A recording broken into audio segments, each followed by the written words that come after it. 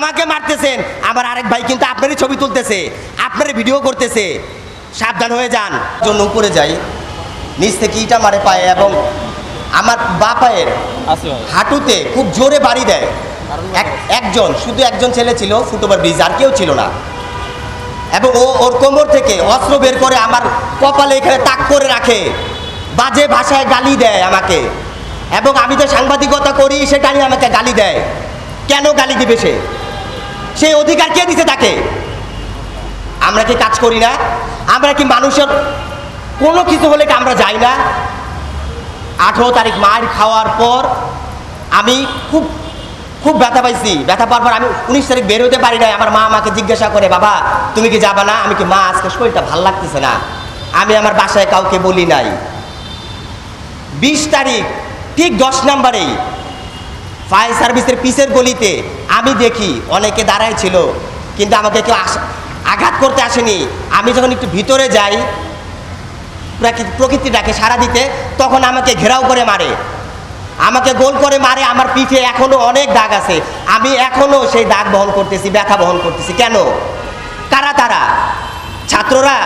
আমি বলবো ছাত্ররা আমার গায়ে হাত দেয়। যে আজকে বাংলাদেশের সাংবাদিকরা যেভাবে নির্মম নির্যাতনের শিকার হচ্ছে, শুধুমাত্র সাংবাদিক না, গণতান্ত্রিক অধিকার আদায়ের লক্ষ্যে বাংলাদেশের প্রতিটা মানুষ আনাচে কানাচে যেখানে যে জবাব তুলছে, আন্দোলন তুলছে, সেখানে সেই বক্তব্যকে প্রতিহত করবার জন্য এই ফ্যাসিস্ট কায়দায় যেভাবে আমাদের দমন পীড়ন করা হচ্ছে, সেটি একেবারে চূড়ান্ত সীমা অতিক্রম করে গেছে। আমি সাংবাদিকতার ছাত্র, আপনারা বলেন যে সাংবাদিকতার কোনো পক্ষ নেই, কিন্তু আমি বলি সাংবাদিকতা পড়াশোনা করে আমি যেটি জেনেছি, সাংবাদিকতা অবশ্যই নিরপেক্ষ নয়। আমরা আসলে কোথায় যাব? আমাদের নিরাপত্তা দেবে কে? এই যে 4 ভাইকে আমরা হারালাম, এই যে কত কত ভাই আজ আহত, রাষ্ট্র কি তাদের খোঁজ নিয়েছে বা খোঁজ নেবার প্রয়োজন মনে করেছে? করেনি। এই অবস্থা হয়তো বা কেটে যাবে, কিন্তু যে ক্ষত আমরা বয়ে বেড়াচ্ছি, যে ট্রমার মধ্যে আমরা আছি, প্রত্যেক ফটোগ্রাফার, প্রত্যেক রিপোর্টার, প্রত্যেক ক্যামেরা পার্সন, প্রত্যেক ড্রাইভার, প্রত্যেকটা মুহূর্তে যে আতঙ্কের মধ্যে আছি, এই আতঙ্ক কবে কাটবে? সাংবাদিক ইউনিয়ন আছে, সাংবাদিক নেতারা আছে, তারা যে টকশোতে যে গাল গল্প দেয়, আমি নিন্দা জানাই সেই তথাকথিত নেতাদের যারা সরকারের হয়ে এখনো কথা বলে।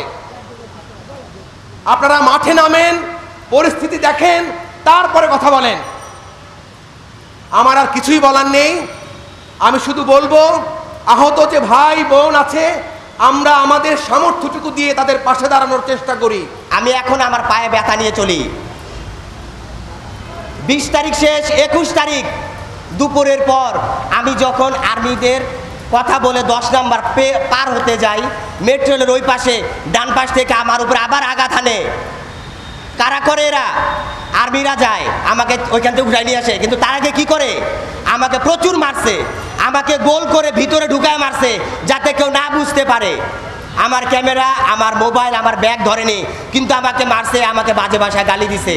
এখনও আমি হাঁটতে পারি না। কার কাছে বিচার চাইবো? কে বিচার করবে আমার? এই যে আমার ভাইরা বোনেরা দাঁড়াইছে, কই? কোথাও তো দেখি না। কই? নেতারা অনেক বড় বড় কথা বলে, এটা করে দিব, সেটা করে দিব, তোমাদের এটাই বানিয়ে দিব, এটা করে দিব। কই? আসে নাই তো। আজকে কেন আসেনি তারা?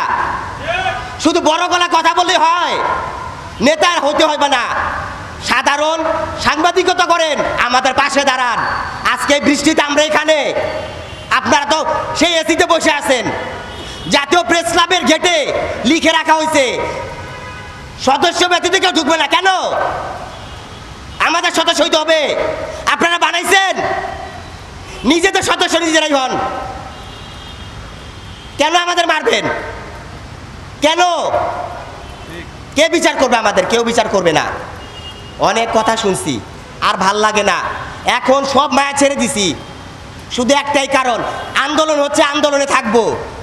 তবে অনুরোধ, আপনারা এটা ভাইবেন না আমাদের সাংবাদিকদেরকে হাত দিতেছেন, আমাকে মারতেছেন, আমার আরেক ভাই কিন্তু আপনারই ছবি তুলতেছে, আপনারই ভিডিও করতেছে, সাবধান হয়ে যান। যেহেতু আমি একজন ভিডিও জার্নালিস্ট, সেই হিসেবে আমার ভালো ছবিটার প্রাপ্তি আশা করি। এমন অবস্থায় আমরা যখন ছবি নিচ্ছিলাম তখন পুলিশ অতর্কিতভাবে টিয়ার শেল এবং সাউন্ড গ্রেনেড এবং ককটেল চার্জ করে। এক পর্যায়ে আমি ওখান থেকে সরে গিয়ে ডিভাইডারের উপরে দাঁড়ায় যখন আমি ছবি নিচ্ছিলাম তখন একটা ককটেল এসে আমার মাথায় পড়ে। ভাগ্য ভালো যে আমি ওখান থেকে ফিরে আসছি, কারণ আমার মাথায় হেলমেট ছিল। হেলমেট না থাকলে হয়তো বা আমি ওদিন ওখানেই মৃত্যুবরণ করতে পারতাম অথবা বড় ধরনের কোনো ক্ষয়ক্ষতি হতে পারত।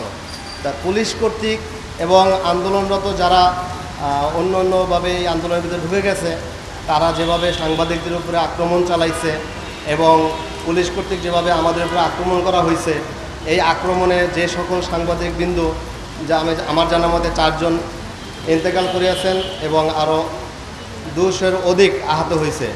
আমি এই সকল হামলার তীব্র প্রতিবাদ এবং নিন্দা জানাই।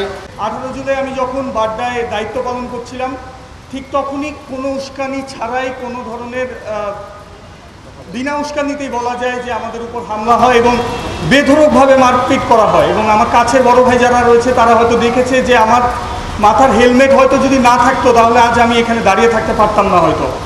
এবং আমার বডির যেই পার্টগুলোতে আসলে আমার গার্ড ছিল না সেখানে এমনভাবে মারা হয়েছে যে আমার মনে হচ্ছে আমি কোনো রিমান্ড থেকে এসেছি এবং আমি ট্রমাটাইজড হয়ে গিয়েছিলাম। প্রায় 1 সপ্তাহ আমি ট্রমায় ভুগছিলাম যে আসলে কি হয়েছে আমার সাথে। তো সব কিছু মিলে আসলে এই জিনিসগুলোর একটা সুষ্ঠু সমাধান প্রয়োজন। সাংবাদিকরাই বারবার এভাবে আহত হবে এটা আসলে মেনে নেওয়া যায় না। তো গ্রাহকের উপর যেভাবে হামলা চালানো হয়, গণমাধ্যম কর্মীদের উপর যেভাবে লাঠিচার্জ করা হয়, তখন আপনারা কোথায় থাকেন? যারা ওই টকশোর টেবিলে বসে টক টক কথা বলে সমর্থন না আদায়ের চেষ্টা করেন, তারা তখন কোথায় থাকেন? আজকে আমাদেরকে ব্যথা নিয়ে আমাদের দায়িত্ব পালন করতে হয়, তখন আপনারা কোথায় থাকেন?